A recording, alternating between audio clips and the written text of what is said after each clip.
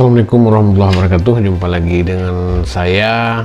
Pada hari ini kita akan melanjutkan pembahasan yang berkaitan dengan jaringan tumbuhan ya. Pada sesi sebelumnya kita sudah membahas struktur jaringan sampai ke periderm ya. Hari ini kita lanjutkan dengan jaringan lainnya, yaitu jaringan dasar, jaringan pembuluh, dan jaringan dermal. Pada hari ini kita memasuki untuk sesi pertama. Kita bahas mengenai jaringan dasar.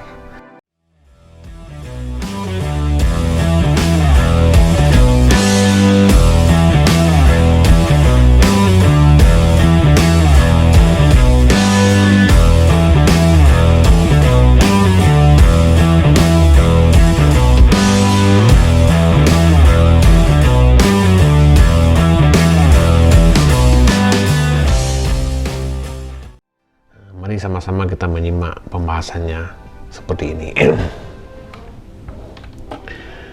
Oke, ini di layar ya. Anda sudah lihat konsep dari jaringan dasar ya. Jaringan dasar itu merupakan jaringan pengisi organ tumbuhan ya. Umumnya dibentuk oleh satu macam tipe sel dengan bentuk dan struktur yang sama. Nah, itu kalau jaringan dasar ya. Diulang, jaringan dasar merupakan jaringan pengisi organ-organ tumbuhan, umumnya dibentuk oleh satu macam tipe sel dengan bentuk dan struktur yang sama. Satu macam tipe sel ya. Jadi jaringan dasar ini prinsipnya bentuk selnya itu mirip ya, mirip-mirip. Nah, sama tidak mungkin ya, mungkin serupa tapi tidak sama ya. Jaringan dasar dibedakan atas tiga macam ya, yaitu ada parenkim, ada kolenkim, ada sklerenkim ya. Itu jaringannya, nama jaringannya, jaringan parenkim, jaringan kolenkim, jaringan sklerenkim. Istilah parenkim, kolenkim, dan sklerenkim itu juga berlaku untuk sel penyusunnya. Jadi dalam arti begini, kalau parenkim, jaringan parenkim berarti jaringan yang disusun oleh sel-sel parenkim. Kalau jaringan kolenkim itu berarti sel penyusunnya adalah sel kolenkim. Sedangkan sklerenkim, jaringan sklerenkim, sel penyusunnya adalah sel sklerenkim ya, seperti itu maksudnya ya. Sel parenkim yang pertama kita lihat, parenkim merupakan tipe jaringan paling sederhana dalam organ tumbuhan. Jadi biasanya setelah jaringan meristematik langsung jadi parenkim ya.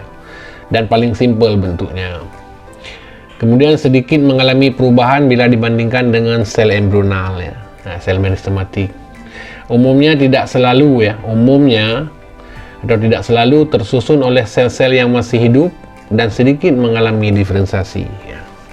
Karena sel parenkim juga ada yang mati ya. Jadi pada umumnya dia sel masih hidup, sedikit mengalami diferensiasi dibandingkan dengan sel meristematik ya, sel embrional.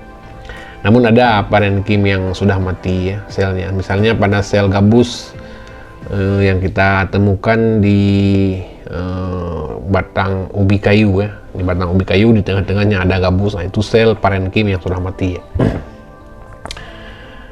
Tapi umumnya sel parenkim itu hidup ya. Nah, contohnya misalnya sel-sel parenkim penyusun jaringan daun ya. Misalnya ada jaringan tiang, jaringan bunga karang, nah itu masih hidup. Itu semuanya sel parenkim. Kemudian dalam situasi tertentu sel jaringan parenkim masih mampu berubah menjadi sel-sel meristematik. Walaupun dia sudah dewasa, maka sel-sel parenkim itu kadang-kadang bisa berubah menjadi sel yang bersifat meristematik. Atau dapat digunakan dalam teknologi modern, yaitu sebagai sel yang dapat dikulturkan, yang dapat dibiakkan melalui kultur jaringan ya, atau kultur sel atau kultur jaringan. Nah, ini yang diambil adalah jaringan parenkim.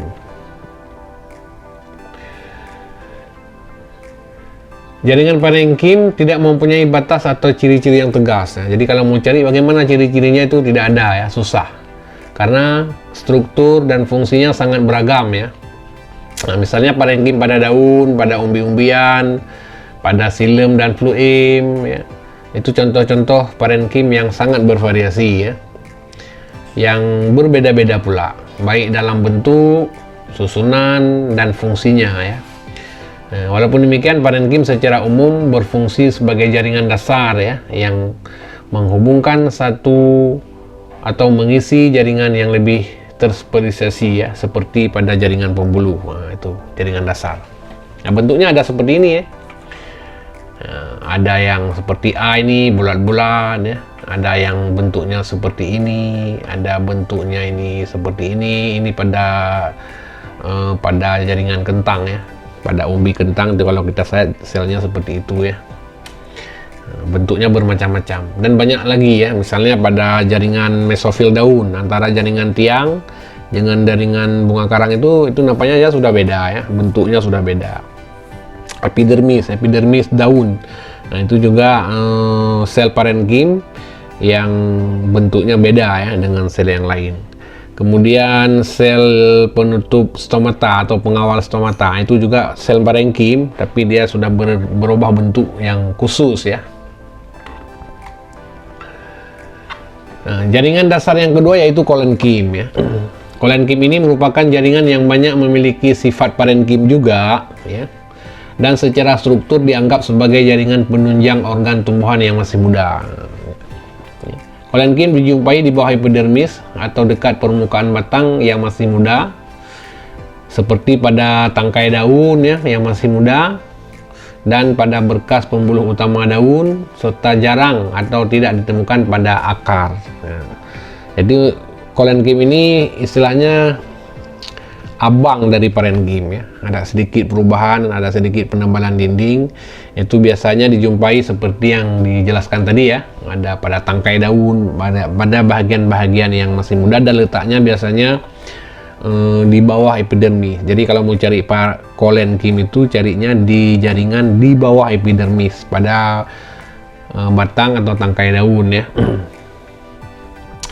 Sel-sel jaringan kolenkim telah mengalami penebalan dinding sel. Nah, itu bedanya ada dengan parenkim. Tetapi tidak berlignin, artinya tidak keras. Jadi hanya penebalan dinding yang diisi oleh material selulosa saja ya, tidak ada lignin.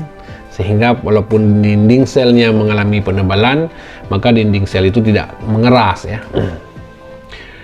Penebalan dinding terjadi dengan dua pola ya, yaitu penebalan sudut ya, dan penebalan papan namanya ya. Penebalan sudut yaitu penebalan kolenkim, jaringan kolenkim yang terjadi pada sudut-sudut sel ya. Sedangkan jaringan penebalan papan yaitu penebalan yang terjadi pada daerah-daerah yang bukan dari sudut-sudut sel. Nah, contohnya seperti ini, seperti di gambar ini. Nah, ini bentuk jaringan kolenkim ya, dilihat dari penampang melintang ya, penampang melintang. Nah, ini terjadi penebalan dinding sel daerah-daerah sudut sel. Nah, di sini penebalan ya. Nah, nampaknya seperti ini ya. Nah, di sudut-sudut selnya, dulu selnya sampai ke sini ya, ke sini itu sampai ke sini. Jadi di sini terjadi penebalan. Jadi kalau penebalan dindingnya terjadi pada sudut-sudut sel, maka dikatakan penebalan sudut ya. Ada juga penebalan yang terjadi pada namanya yang bukan pada sudut. Misalnya ini sudut, ini sel ya, ini sel, ini sudut sel, berarti sudut sel. Jadi kalau penebalan di sudut ini itu namanya penebalan sudut ya, seperti nampak seperti ini. Ya, tapi kalau penebalan terjadi bukan pada sudut seperti ini, misalnya ini selnya dulu mengalami penebalan, maka ini namanya penebalan papan ya, seperti itu ya. Ini penebalan papan namanya. Oke, jadi kalau kita lihat jaringannya, kalau diamati di bawah mikroskop nampak kira-kira seperti ini ya jaringannya. Jadi kalau Anda praktikum cari jaringan ini di bawah epidermis, dipotong secara melintang, itu nampak seperti ini lebih kurang ya. Kemudian jaringan dasar yang ketiga yaitu sklerenkim. Ya. Apa itu sklerenkim? Jaringan sklerenkim dibentuk oleh sel-sel sklerenkim ya, yang telah mati. Ya. Jadi kalau sklerenkim, jaringan sklerenkim itu tidak ada sel yang masih hidup, ya, yang berfungsi sebagai jaringan penunjang organ tumbuhan yang telah dewasa. Sebagai penunjang, misalnya kalau pada batang supaya batangnya jangan cepat patah, ya, nah, itu penunjang namanya. Sklerenkim memiliki dinding sel dengan penebalan sekunder yang sangat tebal, ya, dan berlignin, ya, berlignin, sehingga menyebabkan sel menjadi keras dan kaku. Itu umumnya, ya, umumnya pada sklerenkim. Namun kadang-kadang juga dijumpai sklerenkim yang dinding selnya tidak berlignin. Ada. Jadi begitu diklaim bahwa jaringan sklerenkim itu keras dan kaku, tapi ada sebagian sel yang dikategorikan sebagai sklerenkim tetapi dindingnya tidak mengalami penebalan dinding dan tidak kaku. Contohnya adalah kapas, ya. Nah, kapas itu sklerenkim yang sangat lembut, ya. Dia termasuk sklerenkim, ya. Kemudian sklerenkim ini ada dua tipe, ya. Ada dua tipe. Tipe pertama yaitu serat, ya. Serat yaitu jaringan sklerenkim yang dibentuk oleh sel serat, yaitu sel-sel yang bentuknya panjang dan sempit dengan ujung sel meruncing. Ya, itu nah jelas seratnya, panjang. Kalau kita ibaratkan dalam kehidupan sehari-hari, misalnya di manusia itu rambut yang panjang, ujungnya runcing, kedua ujungnya runcing, itu serat, ya. Tapi ingat, di tengah-tengahnya itu ada lumen sel, ya. Kalau rambut kita itu di tengah-tengah tidak ada rongga, ya. Kalau serat itu di tengah-tengah ada rongga, namanya lumen sel. Sel serat biasanya berkelompok, ya, dengan ujung sel saling tumpang tindih dan menyatu dengan kuat. Nah, itu ciri-cirinya, ya. Serat juga mengalami pertumbuhan dinding sekunder yang tebal dan memiliki lumen sel yang sangat sempit. Nah, yang saya bilang tadi, kadang-kadang hampir tidak ada, bukan hampir tidak ada, ya, hampir tidak kelihatan. Jadi panjang seratnya, di tengah-tengah itu ada rongga atau lubang, bukan lubang, ya. Ada rongga yang disebut dengan lumen sel. Serat terdapat pada hampir semua organ tumbuhan, ya, terutama pada jaringan xilem dan fluim. Jadi jaringan xilem ada serat, jaringan fluim ada serat juga, ya, itu kebanyakan. Ada juga serat-serat yang ada di luar dari jaringan, ada juga pada tumbuhan. Misalnya, ya, sabut kelapa, ya, sabut kelapa itu serat, ya. Kemudian pada pohon aren yang hitam itu juga serat, ya.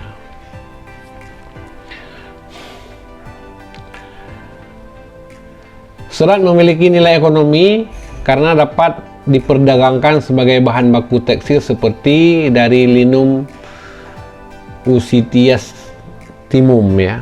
Jadi serat ini kalau dulu itu sebagai andalan komoditi untuk membuat kain, membuat tali, ya. Nah, misalnya zaman-zaman dulu itu sebelum mengenal tali plastik, ya, itu dulu talinya dipintal dari sabut kelapa, ya, dari sabut buah kelapa ataupun dari serat-serat pohon aren, ya. Pohon aren yang hitam itu dipilin-pilin menjadi tali. Itu dulu diperdagangkan untuk kebutuhan umat manusia, ya. Ada juga yang dibuat untuk untuk baju, ya. Sampai sekarang masih juga dipakai serat misalnya dari tanaman untuk keperluan tekstil. Nah, seperti itu. Contohnya misalnya serat kapas, ya, serat kapas yang sering kita gunakan misalnya untuk, kalau wanita itu untuk make up, ya, itu yang diambil dari biji kapas. Nah, itu salah satu bentuk serat, ya, yang tidak berlignin, yang sangat memiliki nilai ekonomi tinggi, ya, dan diperdagangkan menjadi benang, ya.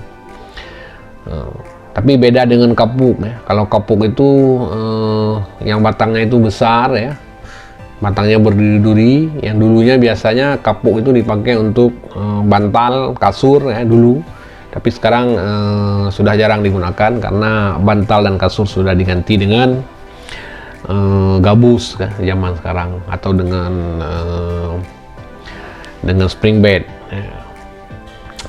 Kemudian kelompok sclerate yang kedua yaitu sel sclerate. Nah, sel sclerate ini yaitu jaringan yang dibentuk oleh sel-sel sclerate. Ya. Bentuk dan struktur sel sclerate sangat beragam ya. Nah, ini yang sangat bervariasi dari bentuk isodiametris hingga sangat tidak teratur, bahkan ada yang bercabang-cabang. Nah, itu bentuknya. Bentuk apa? Bentuk sel sclerate.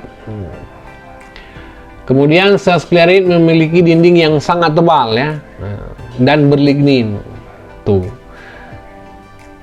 Kemudian kadang pada dinding sel terlihat lapisan-lapisan konsentris dengan noktah sederhana yang dalam ya. Itu ciri-cirinya.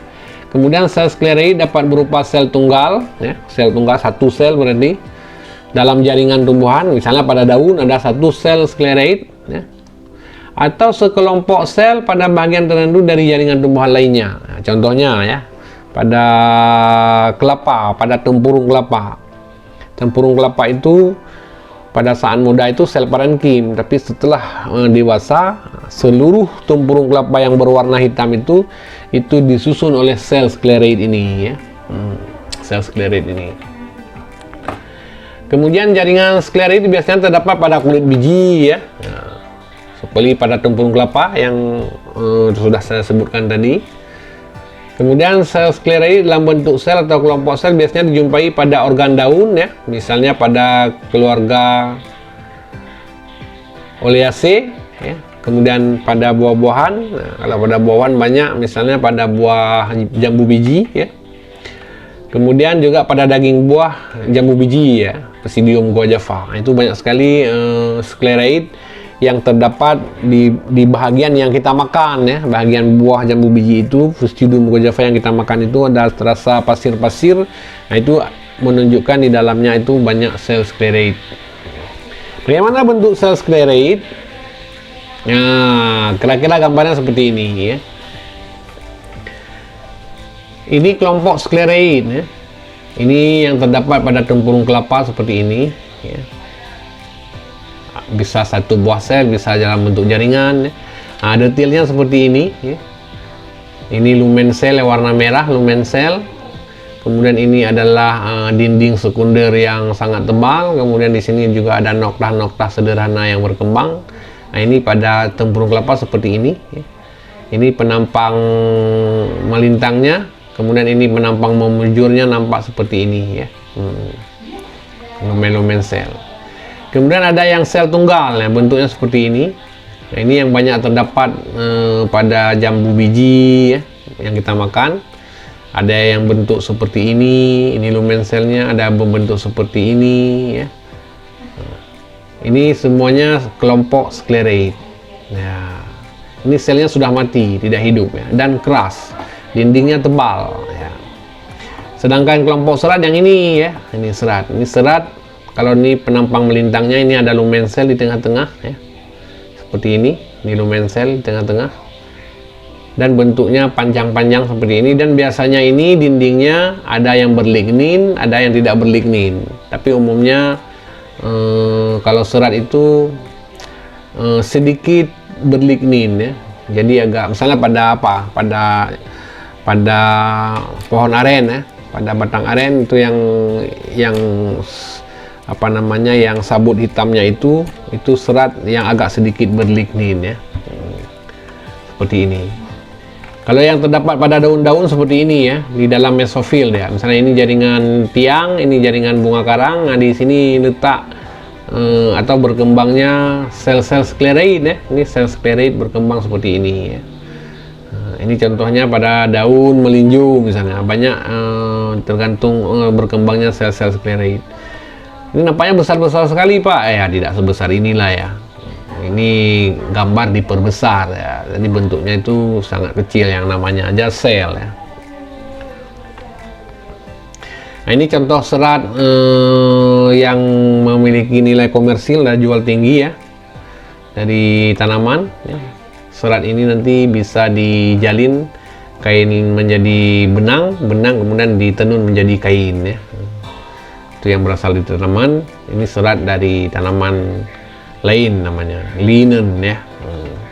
ataupun dari kapas tadi ya, kapas misalnya bisa dijalin juga untuk menjadi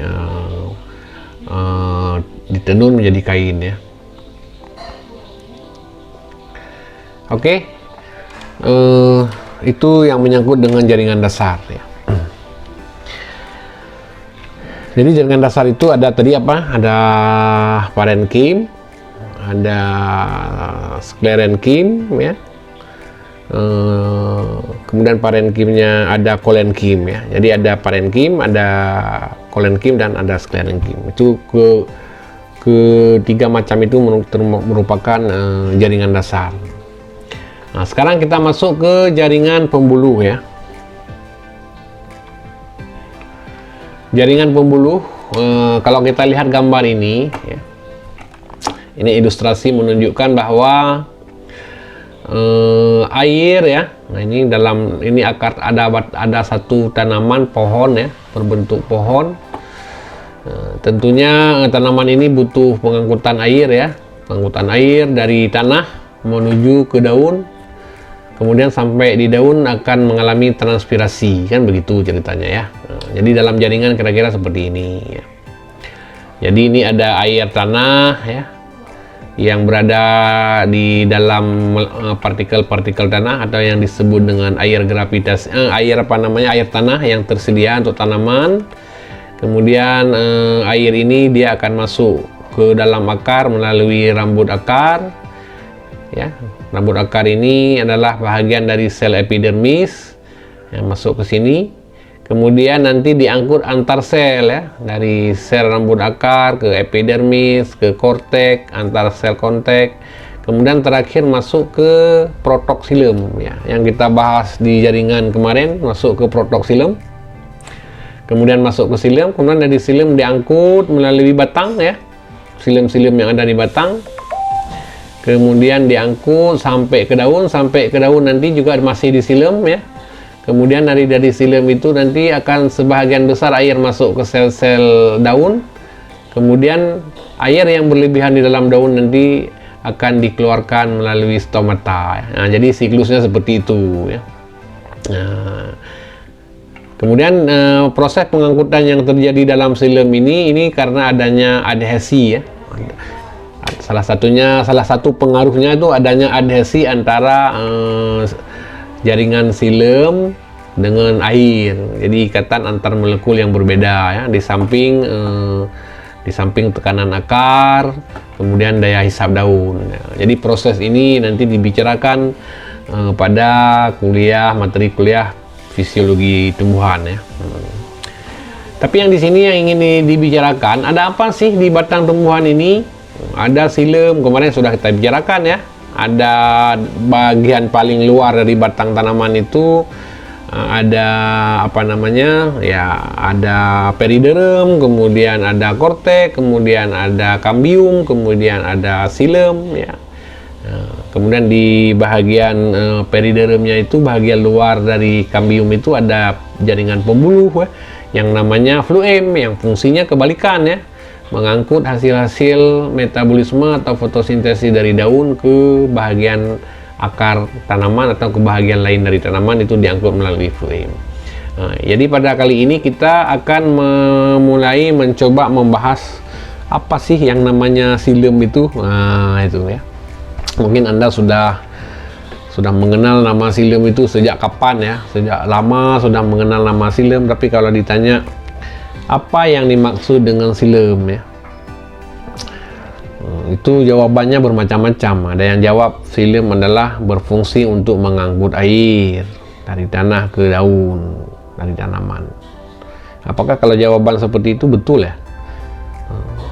Padahal ditanya apa yang dimaksud dengan silum, jawabnya adalah silum sebagai jaringan pengangkut air. Jadi jawabannya itu, kalau kita tanya lagi, apa fungsi dari silum?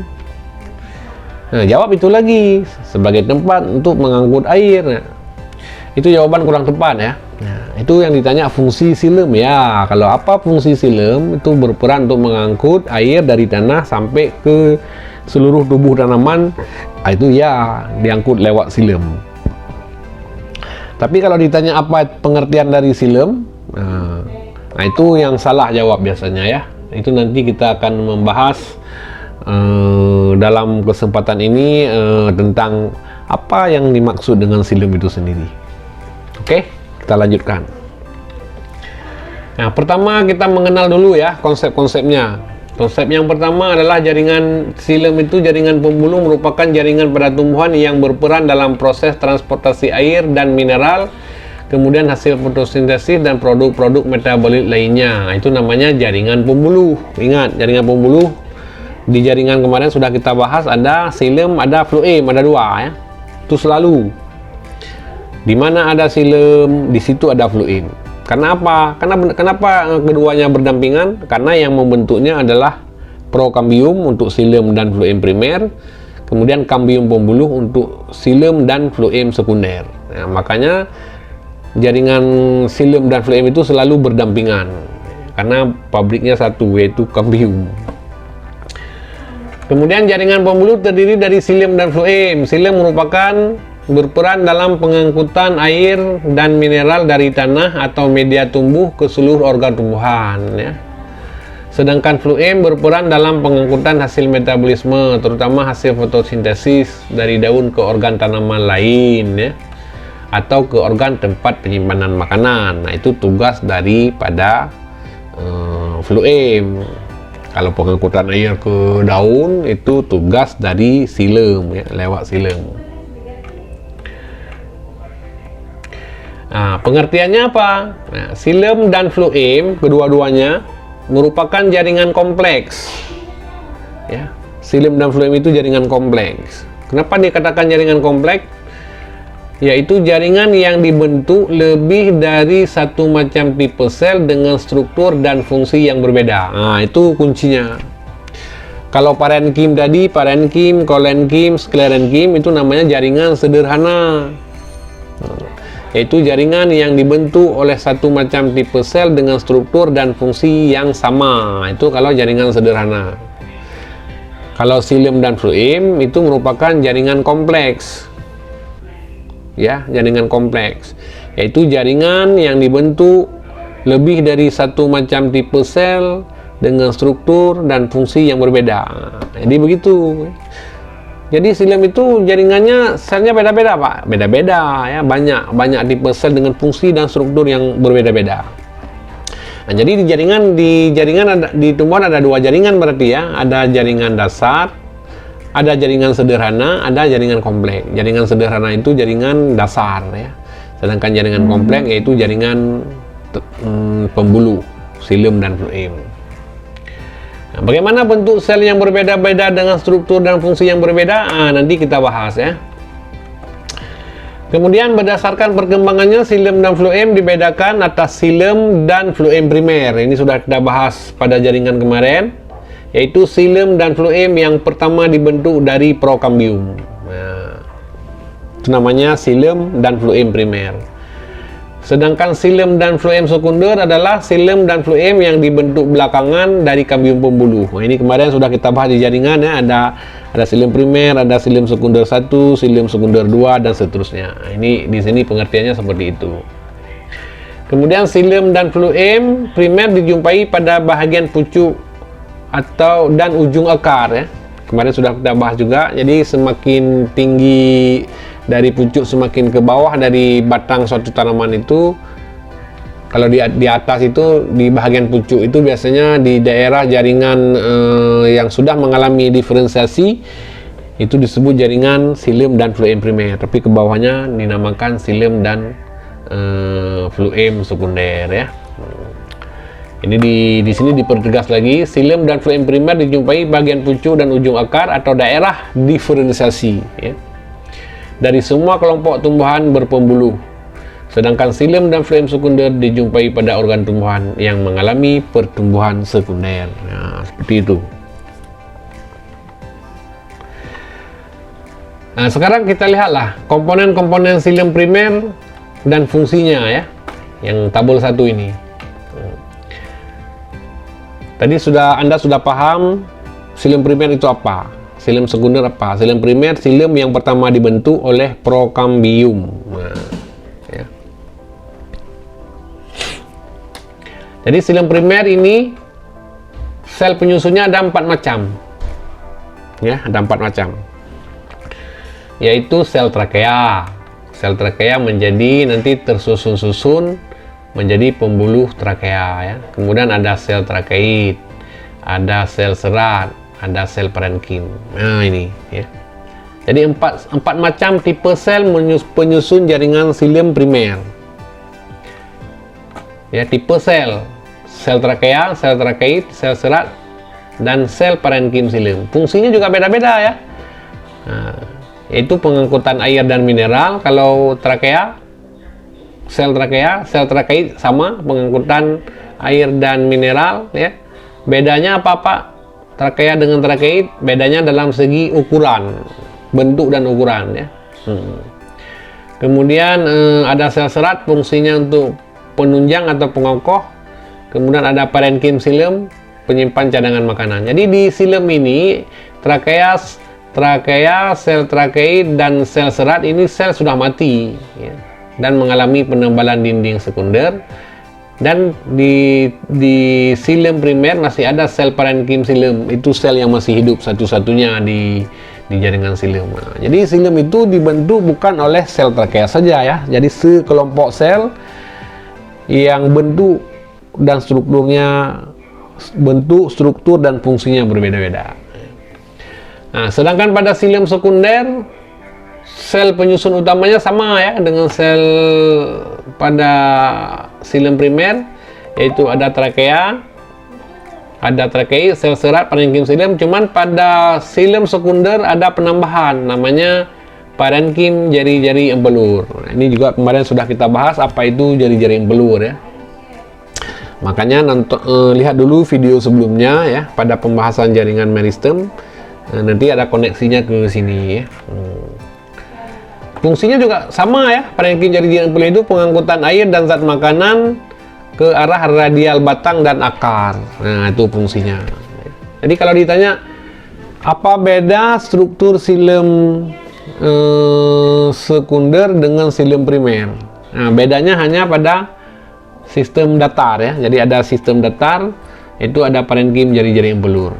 Nah, ini mungkin agak sulit dipahami ya kalau melihat tabel begini. Nanti Bapak tunjukkan bagaimana struktur dalam bentuk gambar. Sekarang kita lihat komponen-komponennya dulu. Nah, ini ya. Ini komponen-komponen yang kita bicarakan tadi ini. Sel trakea, sel trakeid, sel serat, parenkim silem, kemudian ada parenkim jari-jari embelur. Bagaimana bentuknya? Nah, bentuknya kira-kira seperti ini ya. Jadi satu sel ini namanya satu sel trakea. Ya, satu sel trakea. Kemudian kalau ada satu sel trakea ini digabung dengan sel trakea lainnya ya, sel trakea lainnya kemudian digabung sampai berurut-urut. Jadi kalau sudah menjadi sel trakea itu digabung-gabung, maka jadilah pembuluh trakea. Kalau Bapak sering bilang bahwa analoginya kaleng susu ya, Anda tahu kan kaleng susu? Nah, kaleng susu itu kaleng susu yang merek apa sajalah ya, kaleng susu kental manis, nggak boleh sebut merek, nanti dipikir kita iklan ya. Kaleng susu itu Anda punya 10 kaleng susu misalnya, kemudian bagian atasnya dibolongin, bagian bawah juga dibolongin ya. Kemudian ada tumpuk-tumpuk lah kaleng susu itu. Jadi satu kaleng susu itu sama dengan kita ibaratkan satu sel trakea. Jadi satu kaleng susu ya, kita ibaratkan satu sel trakea. Nah, kemudian kalau kita tumpukan dengan kaleng susu berikutnya, kedua, ketiga, sampai 10 kaleng susu. Jadi kalau sudah tumpukan kaleng susu yang bahagian atasnya dibolongin dan bawahnya dibolongin, maka dia akan menjadi namanya pembuluh kaleng susu ya. Pembuluh kaleng susu. Nah, itu kalau kita ibaratkan kaleng susu itu sebagai satu sel trakea, kalau 10 kaleng susu itu yang ditumpuk-tumpuk berarti jadilah pembuluh trakea namanya. Nah, ini kalau ditanya apa beda sel trakea dengan pembuluh trakea? Kalau sel trakea berarti satu sel trakea ya. Kalau pembuluh trakea berarti pembuluh sel-sel trakea yang bertumpuk-tumpuk Nah, coba Anda bayangkan, dari mana tumpukan sel trakea itu, Pak? Mulai dari akar, dari silem yang ada di akar, sampai ke batang, sampai ke daun. Nah, begitu susunan tumpukan pembuluh trakea ya. Kemudian sel trakea ini ada yang ukurannya macam-macam ya, tergantung tanaman ya. Ada yang segini, ada yang lebar sekali seperti ini, ada yang lebih kecil seperti ini. Nah, itu sel trakea. Ya. Kemudian bagian atas dari sel trakea ini namanya perforasi sederhana. Jadi bolong di sini ya. Jadi seperti kaleng susu tadi. Kaleng susu di atasnya dibolongin, di bawahnya juga dibolongin. Nah, itu namanya perforasi sederhana ya. Kemudian di bagian bawah juga sama ya. Jadi perforasi sederhana atas dan bawah ya. Kemudian di bagian dari dinding tangan sialnya, dinding radialnya atau tangan sial ini banyak terdapat sel-sel seperti ini, bintik-bintik ya. Bintik-bintik ini bukan untuk memperindah gambar ya. Bintik-bintik ini yang ditunjukkan, bintik-bintik kecil ini, itu adalah sebagai noktah terlindung. Nah, noktah terlindung itu artinya. Jadi kalau ditanya apa bintik-bintik ini, bintik-bintik ini itu ditunjukkan noktah terlindung. Nah, pada jaringan kemarin, pada dinding sel sudah belajar apa itu, bagaimana bentuk noktah terlindung dan bagian-bagiannya ya. Nah, ini noktah terlindung. Nah, jadi ini bentuk tipe sel pertama ya, trakea. Kalau satu sel trakea, kalau sudah bertumpukan itu namanya pembuluh trakea. Ada juga trakea yang lebih sempit lagi ya, yang seperti ini ada juga ya. Nah, ini tergantung tanaman, tergantung jenis tumbuhan ya. Bukan tanaman, kalau tanaman yang ditanam ya, tumbuhan berlaku universal. Nah, jadi ada yang begini ya. Kemudian ada satu lagi scleroid. Nah, terus sel trakeit ya, sel trakeit bentuknya seperti ini. Sel trakeit mirip serat, tetapi dia diameternya lebih lebar ya, lebih lebar. Tapi ujung-ujungnya tidak mengalami perforasi ya, perforasi tidak ada. Nah, jadi dia hanya memiliki noktah-noktah sederhana. Jadi pengangkutan air lewat sel trakeit ini lewat noktah-noktah, lewat noktah. Kalau yang trakea lebih cenderung langsung lewat perforasi ya, seperti pipa. Sedangkan pada sel trakeit itu selnya masih utuh, tidak ada mengalami perforasi, tapi bisa dipakai, bisa juga berfungsi mengangkut air hanya lewat noktah. Nah, tapi tidak efektif ya. Yang efektif pengangkutan air adalah lewat sel-sel trakea atau pembuluh trakea. Nah, kemudian di silem ada juga serat ya. Nah, ini seratnya juga keras kalau silem. Itu tujuannya, serat ini bukan untuk mengangkut air kalau di silem. Serat ini tujuannya untuk mengokoh batang sebagai pengokoh. Jadi misalnya batang kelapa ya ada seratnya, atau batang kayu yang keras. Nah, itu kerasnya batang kayu itu di kayunya, di silepnya itu adalah karena adanya banyaknya sel serat ya. Kemudian di dalam di silem juga ada sel parenkim tadi. Ya, sel parenkim ini ya sel parenkim. Sel parenkim itu masih hidup ya. Sel parenkim itu hidup, sel hidup. Jadi satu-satunya sel hidup di silem itu adalah sel parenkim ya. Ada juga parenkim jari-jari empelur ya, ada dua ya. Jadi kalau pada silem sekunder ini namanya parenkim jari-jari empelur ya. Kalau yang tegak, yang sesuai dengan sumbu batang itu namanya parenkim silem. Nah, jadi inilah komponen-komponen penyusun silem. Jadi ada berapa macam sel ini? Ada trakea, ada trakeit, ada serat, ada parenkim silem, dan ada parenkim jari-jari empelur. Apakah bentuknya sama? Bentuknya beda-beda. Fungsinya sama? Fungsinya beda-beda. Ya, seperti itu. Jadi semua sel ini gabung menjadi jaringan silem, yaitu jaringan yang dibentuk lebih dari satu macam tipe sel dengan struktur dan fungsi yang berbeda. Atau jaringan silium adalah jaringan kompleks yang disusun lebih dari satu macam tipe sel dengan struktur dan fungsi yang berbeda-beda. Apa fungsi silium? Fungsi silium secara umum adalah untuk mengangkut air. Tetapi fungsi lainnya adalah sebagai pengokoh. Nah, itu ya. Jadi silium itu fungsinya bukan hanya untuk mengangkut air, juga sebagai pengokoh batang tanaman ya. Nah, jadi memang fungsi utama pengangkutan air. Fungsi yang lainnya adalah sebagai pengokoh. Ya, itu ya. Kemudian penebalan dinding sel trakea. Ini khusus kita bicarakan sel trakea ya.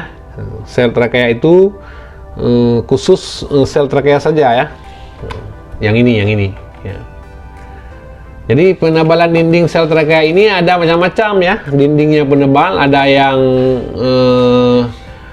cincin, ada yang berpilin-pilin seperti ini, ada yang seperti gelang ya, ada yang pilinan seperti ini ya, ada yang noktah skalariform yang seperti ini, kemudian ada yang noktah terlindung seperti ini ya. Jadi ini sel-sel trakea dengan penebalan dinding yang bermacam-macam ya. Ada yang gelang, ada yang berpilin, ada yang ini kalau begini bentuknya namanya noktah skalariform ya. Bentuknya lubang-lubang begini. Kemudian ada kalau yang seperti ini namanya noktah terlindung ya. Nah, ini biasanya terdapat pada metaxilum. Jadi silum yang dibentuk belakangan. Kalau ini biasanya terdapat pada protoxilum ya, yang sudah kita bicarakan di jaringan kemarin. Nah, ini ya. Kemudian perforasi dinding ujung trakea yang Bapak bilang tadi, kalau yang susu dibolongin ya. Dibolongin itu tidak dibolongin secara habis ya. Nah, dibolongin kira-kira ya seperti saringan lah. Nah, saringan seperti ini bolongnya seperti ini. Jadi bukan dibolongin dibuka habis, tapi ditusuk-tusuk ya, bolongannya itu besar-besar ya, seperti ini ya. Jadi ini satu sel trakea, ini sel trakea lainnya, ini pembuluh trakea, diperforasinya nampaklah seperti ini. Ini kalau dilihat dengan mikroskop elektron ya. Bagus ya. Seperti saringan air yang sering kita lihat di kamar mandi ya. Nah, seperti inilah perforasinya. Nah, ini kalau kita lihat jaringan silum 3 dimensi ya. Jaringan silum 3 dimensi seperti ini ya. Yang di atas ini kayu lah misalnya ya, kayu. Kemudian kayu ini nanti bahagian bahagian dari kulit kayu kita buang ya, seperti biasanya ya. Bahagian dari kulit kayu itu dibuang, maka tinggallah kayu ya. Tinggallah kayu. Jadi bahagian kulit kayunya dibuang, tinggal kayu. Kayu ini bisa diolah menjadi balok, menjadi papan dan seterusnya ya. Kemudian kalau satu segmen kayu ini kita belah, kita tunjukkan gambar 3 dimensinya kira-kira seperti ini ya. Itu gambar apa ini Pak? Gambar jaringan kayu bentuk 3 dimensi. Kayu apa? Nah, silum sekunder. Nah, itu ingat ya. Kayu itu istilah komersil ya, istilah komersil kayu. Jadi di bawah dari fluem itu ada kambium, kemudian di bawah kambium itu ada silum sekunder yang dibentuk ya. Jadi ini silum, bahasa komersilnya kayu ya. Bagaimana cara lihatnya ini? Ini cara lihat 3 dimensi. Kalau yang di atas ini namanya penampang melintang. Jadi lihatnya dari atas. Jadi kalau ada pohon kayu begini, kita potong, kita lihatnya dari atas. Nah, seperti itu. Kalau ini penampang radial. Jadi kalau ada pohon kayu dibelah menjadi 2 ya. Pohon kayu dibelah menjadi 2 pas di tengah-tengah. Nah, pohon tanaman ya, bukan pohon kayu. Nah, ada pohon tumbuhan ya, dibelah. Kemudian pas di tengah-tengah dilihat hasil belahan dilihat di situ, itu namanya penampang radial. Kemudian yang satu lagi ini penampang tengensial, yang sebelah ini nih. Penampang tengensial ini Sama ya, kalau misalnya ada batang kayu, batang tanaman, kemudian dipotong, tapi bukan dibelah pas di tengah, tetapi dibelah seperempat dari diameter batangnya ya. Jadi sedikit, jadi nggak pas di diameternya, tapi agak sedikit seperempat dari diameter batang. Nah, kita belah secara memanjang ya. Maka dikatakan penampang yang seperti ini nampaknya adalah penampang tangan sial namanya. Jadi saya ulangi, ini penampang melintang yang dilihat dari atas, ini penampang radial yang dilihat dari tengah, dan ini penampang tangan sial ya, penampang yang dibelah seperempat tadi. Nah, sekarang kita lihat yang di atas ya, penampang melintang di atas. Jadi di sini yang besar-besar lubang ini namanya lubang trakea. Jadi kalau Anda lihat kayu yang biasanya berlubang-lubang, nah itu namanya trakea ya, pembuluh trakea. Pembuluh trakea. Kemudian yang sempit seperti ini adalah serat dari silem yang sudah kita bicarakan tadi ya. Ada yang lebih kecil sedikit lagi, misalnya seperti ini namanya sclerenchyme. Jadi apa namanya? Sclereid ya, sclereid ya, sel sclereid. Jadi ada pembuluh trakea, ada serat, ada sel sclereid. Nah, kemudian ada nanti yang apa namanya, yang nampak hidup ini, yang kecil-kecil seperti ini, susunan teratur. Ini namanya parenchyme xylem. Parenchyme xylem yang nampak di apa namanya, di bagian atas ya, dari atas. Sedangkan nampak dari bagian tangan sial, ada bagian radial yang ini. Nah, ini namanya kalau nampak seperti ini namanya parenchyme jari-jari empelur. Parenchyme jari-jari empelur ini juga sama ya. Kemudian yang seperti ini parenchyme xylem ya. Kemudian yang kecil-kecil, panjang-panjang itu disebut serat dari xylem ya. Sedangkan yang besar-besar diameter ini adalah pembuluh trakea. Nah, kemudian ada yang kecil nanti jadi pembuluh sclereid ya, dan seterusnya. Ya. Kemudian kalau penampang dari tangan sial sama juga ya. Jadi ini adalah yang seperti buah anggur ini disebut dengan parenchyme jari-jari empelur. Parenchyme jari-jari empelur ini kalau kita lihat ini parenchyme jari-jari empelur pada penampang radial. Kalau ke atas ini namanya parenchyme jari-jari empelur juga. Parenchyme jari-jari empelur dilihat dari penampang melintang, kemudian ini jari-jari empelur pada penampang tangan sial. Ini jari-jari empelur pada penampang radial. Nah, jari-jari empelur ini tembus kemana? Ke kambium. Ya, nah, ini namanya kambium pembuluh yang sudah bicarakan pada jaringan meristem kemarin ya. Ini adalah sel inisial jari-jari empelur. Kalau ini namanya sel inisial fusiforum. Jadi sel inisial fusiforum itu membentuk jaringan xylem, yaitu sel trakea, sel trakeid, ya, sclereid, sel serat, parenchyme, xylem. Sedangkan jari-jari empelur ini, inisial jari-jari empelur ini membentuk parenchyme jari-jari empelur pada xylem. Nah, ini kira-kira bentuk 3 dimensi dari xylem. Dan ini harus dipahami ya. Jadi kalau ditanya misalnya yang besar-besar ini apa, penampang apa, ini penampang apa, ini penampang bagaimana ya. Jadi setiap penampang ini menunjukkan benda yang sama tetapi penampilannya berbeda ya. Sama dengan kita ya. Kalau lihat dari depan begini, lihat dari samping begini.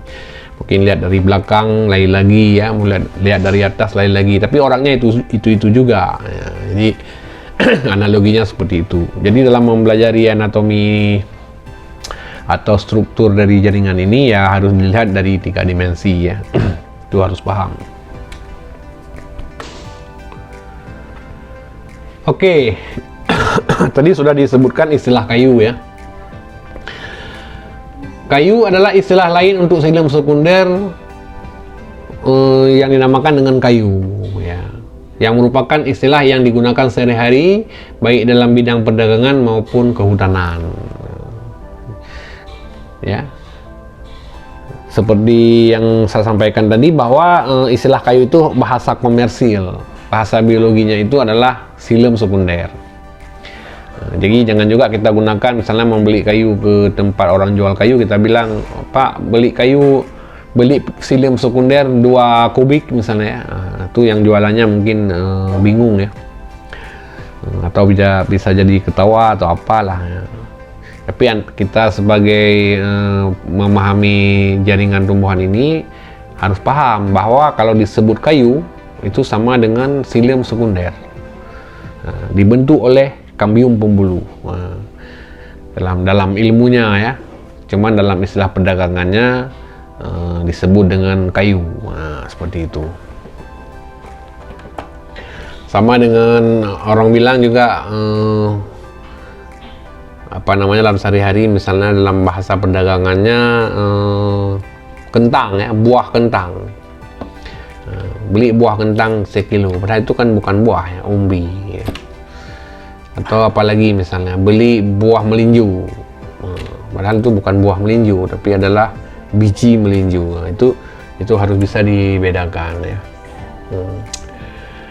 Kemudian kalau kayu ini dalam dunia perdagangan ya, berdasarkan penyebaran ukuran komponen trakea, diulang, berdasarkan penyebaran dan ukuran komponen sel trakea tadi dalam jaringan xilem, kayu dapat dibedakan 2 macam, yaitu kayu berpori cincin, yaitu kayu yang memiliki trakea dengan ukuran dan penyebaran berbeda, dibentuk pada 2 musim tumbuh. Seperti itu ya.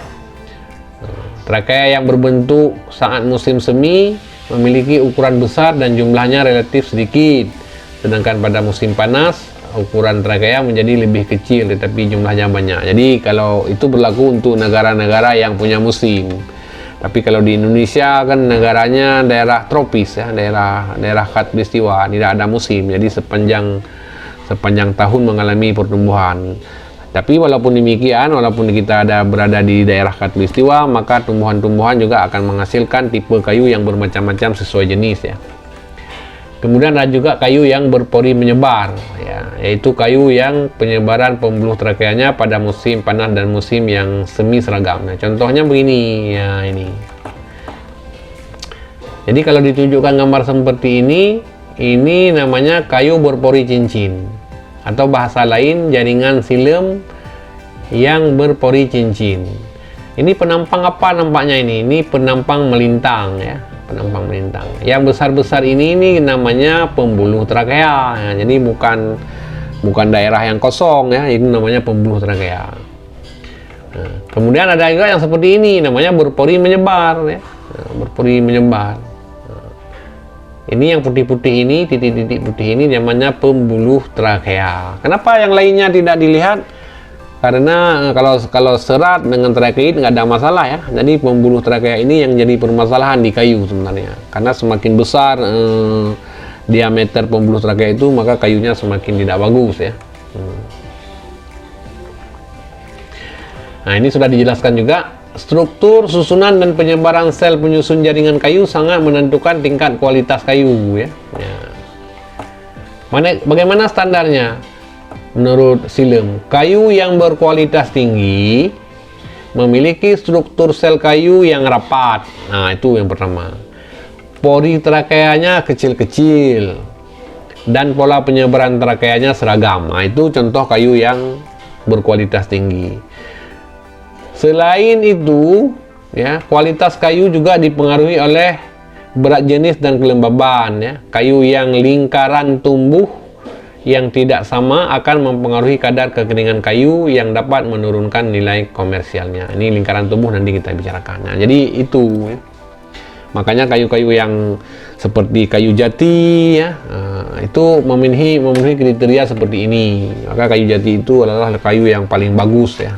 Yang paling bagus kualitasnya, dan banyak ya jenis-jenis kayu yang kualitasnya bagus. Selain memiliki ciri itu, maka kualitas kayu itu tidak bagus ya. Ada kayu yang sangat lembek ya, itu tidak berlignin, itu tidak bagus ya, tidak cocok untuk diperdagangkan. Jadi kayu-kayu yang diperdagangkan dulu ya, sekarang mungkin sudah sedikit, yang dibikin untuk rumah, untuk pintu dan sebagainya itu kayu-kayu yang berkualitas tinggi ya. Jadi pintu rumah yang diambil dari kayu itu sebenarnya itu adalah silem sekunder, itu harus Anda ingat ya. Nah, setiap ada unsur kayu, baik untuk rumah, untuk kursi dan lain-lain, itu berarti kita menggunakan adalah silem sekunder ya. Kemudian selain pola penyebaran ya, selain pola penyebaran trakea tadi ya, komponen trakea dari unsur-unsur kayu lainnya juga dapat dibedakan atas jenis kayu suban ya, dan kayu galih. Nah, kayu suban apa? Kayu suban adalah kayu yang masih aktif melakukan transportasi air dan mineral. Kayu ini terletak di bahagian luar atau dekat dengan kambium pembuluh dan berwarna cerah. Nah, seperti ini. Yang A ini ya. Ini namanya kayu kayu suban. Nah, jadi kalau kita potong batang dari tumbuhan secara melintang, nampak kayu-kayu seperti ini ya. Ini kayunya. Atau secara keseluruhan ini adalah silem sekunder. Kalau kayu galih yaitu kayu yang lebih tua dan sudah memiliki tidak memiliki lagi fungsi transport. Kayu ini merupakan berwarna gelap ya, kadang-kadang dapat rusak. Nah, ini yang B. Nah, jadi rupanya di tanaman itu kalau misalnya diameter batangnya semakin besar, maka silem yang berfungsi mengangkut air dari tanah sampai ke daun itu bukan yang di tengah-tengah batang ya, hanya silem-silem yang ada di pinggir-pinggir batang yang dekat dengan kambium pembuluh. Nah, itulah yang masih berfungsi. Nah, jadi kalau diameter batangnya selalu besar, yang di tengah-tengah itu kayu, tapi kayunya itu tidak lagi menjalankan tugasnya untuk mengangkut air dari tanah sampai ke daun, dia sudah pensiun ya. Jadi sudah pensiun, sudah bekerja mungkin beberapa puluh tahun. Nanti setiap ada silem yang baru dibentuk, maka silem yang baru itulah yang berperan mengangkut air dari tanah sampai ke daun. Nah, ini namanya kayu galih ya. Nah, jadi kayu galih ini kalau digunakan sebagai bahan bangunan untuk perabotan, membuat meja, membuat lemari dan sebagainya, bagusnya kayu galih ya dibandingkan dengan kayu suban. Itu nampak biasanya kalau kita lihat di papan-papan yang seperti ini namanya kayu galih. Yang A ini kayu suban. Ini dulunya masih tidak lagi berfungsi mengangkut air silemnya, kemudian di sini silemnya adalah masih berperan mengangkut air. Apa isi dari kayu ini? Yang tadi trakea, trakei, serat, parenkim silem, parenkim jari-jari pelur. Karena dia adalah komponen silem sekunder.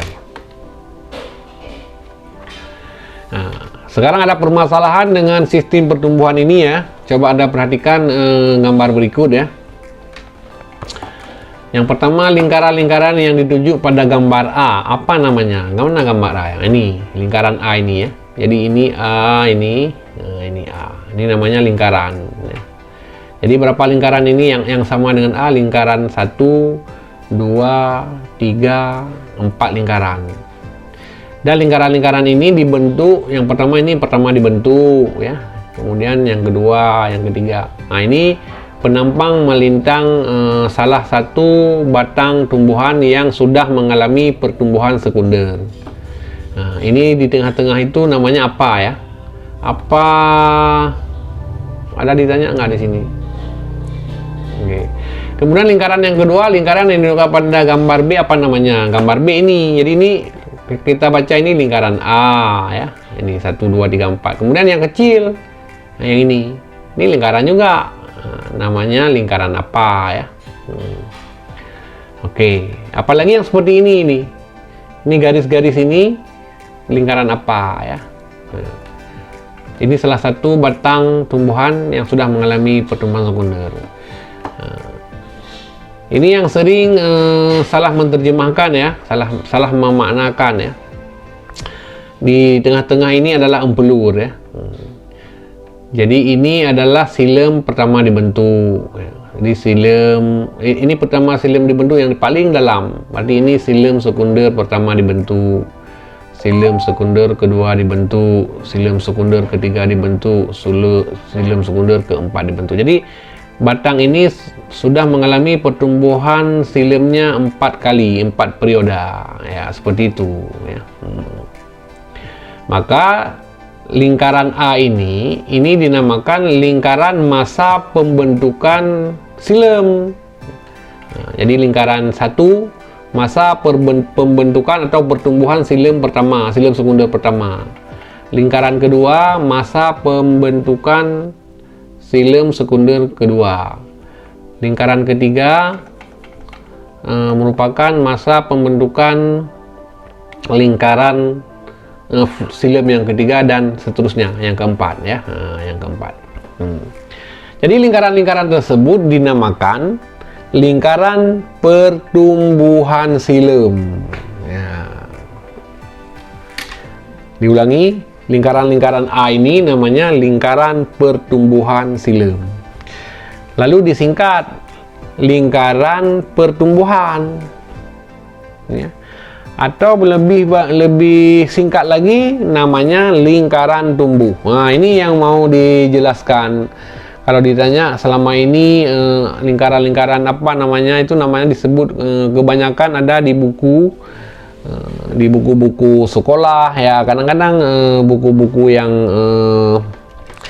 yang dipublikasi itu ditulis lingkaran tahun ya. Itu kurang tepat ya. Lingkaran tahun itu bukan kurang tepat, malah tidak tepat ya. Sebenarnya lingkaran tahun itu kan lingkaran-lingkaran yang terbentuk per tahun ya. Misalnya ini lingkaran 1 ini tahun pertama, tahun kedua, tahun ketiga, tahun keempat. Tapi tanaman itu kan tidak semuanya mengalami pertumbuhan per tahun ya. Tidak mengalami pertumbuhan per tahun. Jadi yang tepatnya disebutkan itu asal muasalnya adalah lingkaran xilem mengalami pertumbuhan. Masa periode tumbuhnya itu ya bisa bulanan, bisa 2 tahunan ya, bisa mingguan mungkin. Jadi yang tepat disebut adalah lingkaran pertumbuhan xilem. Itu yang lengkap. Disingkat boleh lingkaran pertumbuhan, atau lebih singkat lagi lingkaran tumbuh, bukan lingkaran tahun ya. Walaupun ada di buku ditulis lingkaran tahun, itu konsep yang salah, yang keliru. Ini ditekankan di sini. Kalau ada yang sebutkan itu lingkaran tahun, itu konsep yang salah ya. Konsep yang salah, yang keliru. Jadi mulai Anda nonton video ini, bahwa kalau lingkaran-lingkaran seperti ini disebut dengan lingkaran pertumbuhan atau lingkaran tumbuh ya. Sedangkan yang B ini masa tidak mengalami pertumbuhan. Nah, disebut lingkaran tidak mengalami pertumbuhan. Nah, seperti itu ya. Bagaimana kaitannya dengan aktivitas kambium pembuluh? Nah, ini dapat Anda pahami ya. Jadi kalau setiap periode tumbuh ini, periode 1, 2, 3, 4, berarti di periode ini kambiumnya aktif membelah-belah menghasilkan sel jaringan xilem. Nah, jadi seperti itu. Nah, jadi sekali lagi ya, lingkaran pertumbuhan. Jadi ini tanaman ini berapa kali sudah mengalami pertumbuhan? 1, 2, 3, 4 kali ya, 4 kali.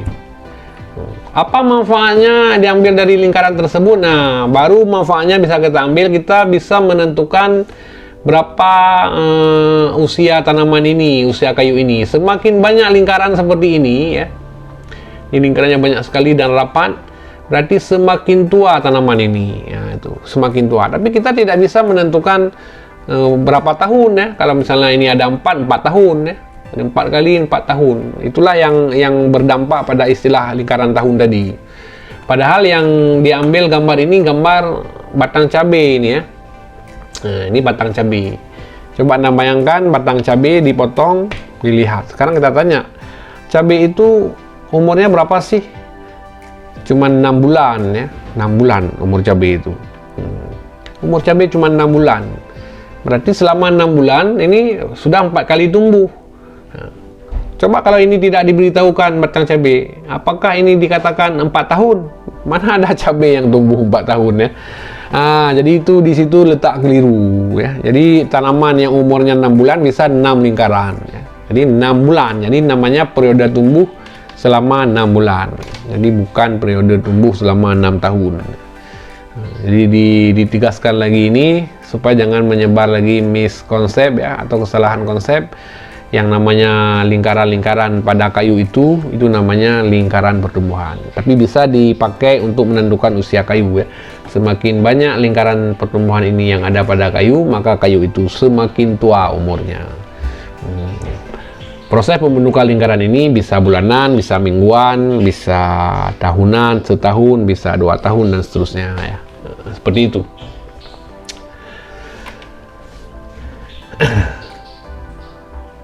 Oke, kita lanjutkan lagi. Nah, ini kalau kita lihat animasi lingkaran tumbuh ya. Nah, ini animasi lingkaran tumbuhnya ya. Ini ilustrasi kayu ya, ilustrasi sepotong kayu ya. Jadi kita lihatlah apa namanya yang paling dalam dulu, satu kita lihat. Nah, ini disebut dengan kayu keras ya. Tadi kayu galih ya. Kalau yang tadi kayu galih, kayu yang tidak, atau silem yang tidak berfungsi lagi mengangkut air dan mineral ya. Yang kedua ini kayu yang dibentuk belakangan yang masih berfungsi, ini kayu suban ya, kayu yang masih berfungsi untuk mengangkut air. Ini keterangannya nanti silakan Anda baca ya, apa keterangannya. Kemudian yang ketiga ini adalah kambium ya. Kambium pembuluh itu satu lapisan sel yang tugasnya ke bawah dalam membentuk komponen-komponen fluim ya, ada komponen-komponen penyusun jaringan silem ya ke belah dalam ya, seperti trakea, trakeit, parenkim silem ya, dan parenkim jaringan pembuluh dibentuk oleh kambium ini. Kemudian yang keempat adalah apa namanya, bahasa sehari-harinya itu kulit kayu bahagian dalam ya. Di kulit kayu bahagian dalam ini itu terdapat fluim sekunder ya, fluim sekunder ya, yang masih berfungsi. Kemudian ini ada kulit kayu bahagian luar ya, yang sudah biasanya lapuk dan biasanya terkelupas ya. Kemudian ada lagi 6 ya. Nah ini 6 ini growth ring. Nah ini yang saya sebutkan tadi ya. Tidak disebutkan growth year, nggak ada growth year ya, lingkaran tahun. Nah, yang disebut adalah growth ring. Ring itu lingkaran-lingkaran, growth itu tumbuh. Jadi lingkaran-lingkaran tumbuh lah kalau kita terjemahkan yang barusan kita jelaskan tadi. Ini namanya growth ring, lingkaran tumbuh. Ada yang lebih lengkapnya lingkaran pertumbuhan. Lebih lengkap lagi lingkaran pertumbuhan silem. Berapa kali lingkaran ini udah? Ini banyak ya, namanya ini banyak. Kemudian yang ketujuh ini namanya masih lingkaran pertumbuhan juga ya, tapi kayunya kayu yang di musim apa namanya, mungkin kurang curah hujan ya. Kemudian yang ke-8 juga demikian. Yang 9 ini disebut dengan jari-jari empelur ya. Jari-jari empelur itu, jari empelur ini mulai dari fluim sampai ke silem ya, seperti itu ya. Nah, ini animasi dari bahagian-bahagian dari silem sekunder, atau bahasa komersilnya adalah kayu ya.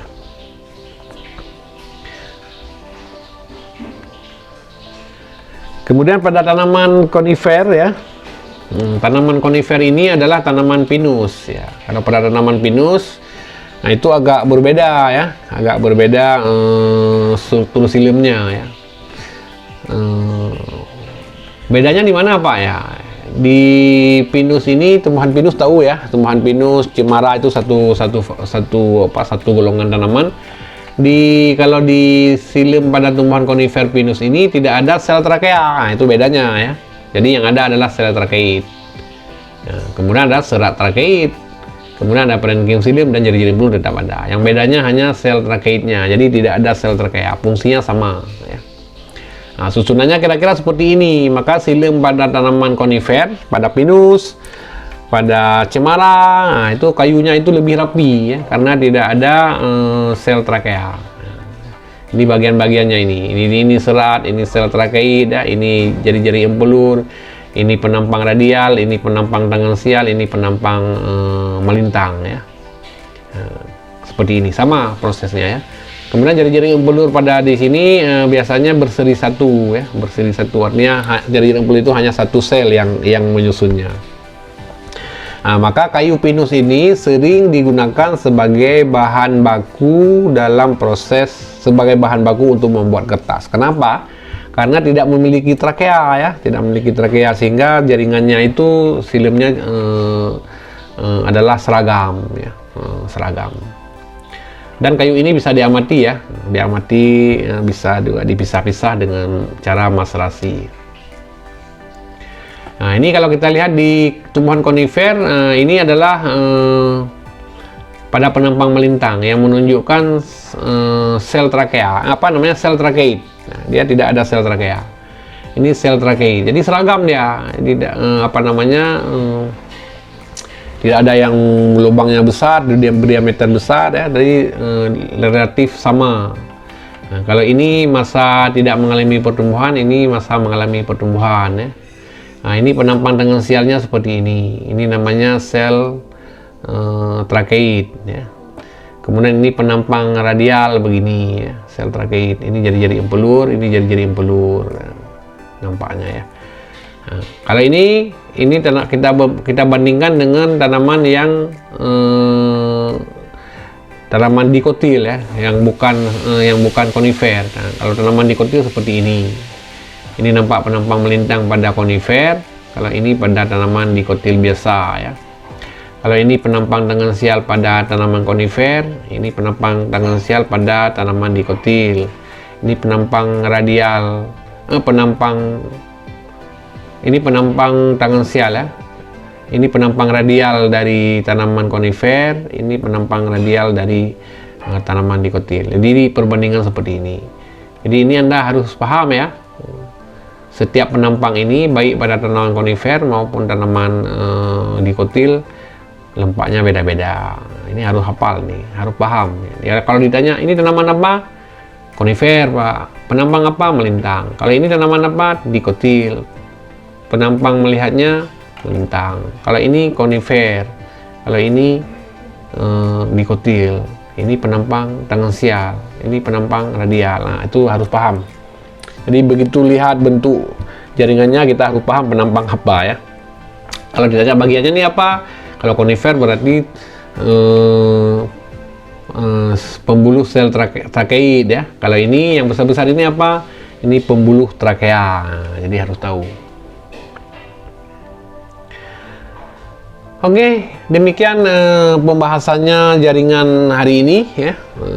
Kita sudah membahas jaringan dasar, kemudian jaringan pembuluh baru silem ya. Pada episode yang akan datang kita akan bahas mengenai jaringan fluim dan jaringan dermal ya. Untuk sesi kali ini ya, kita pada sampai di sini di jaringan silem.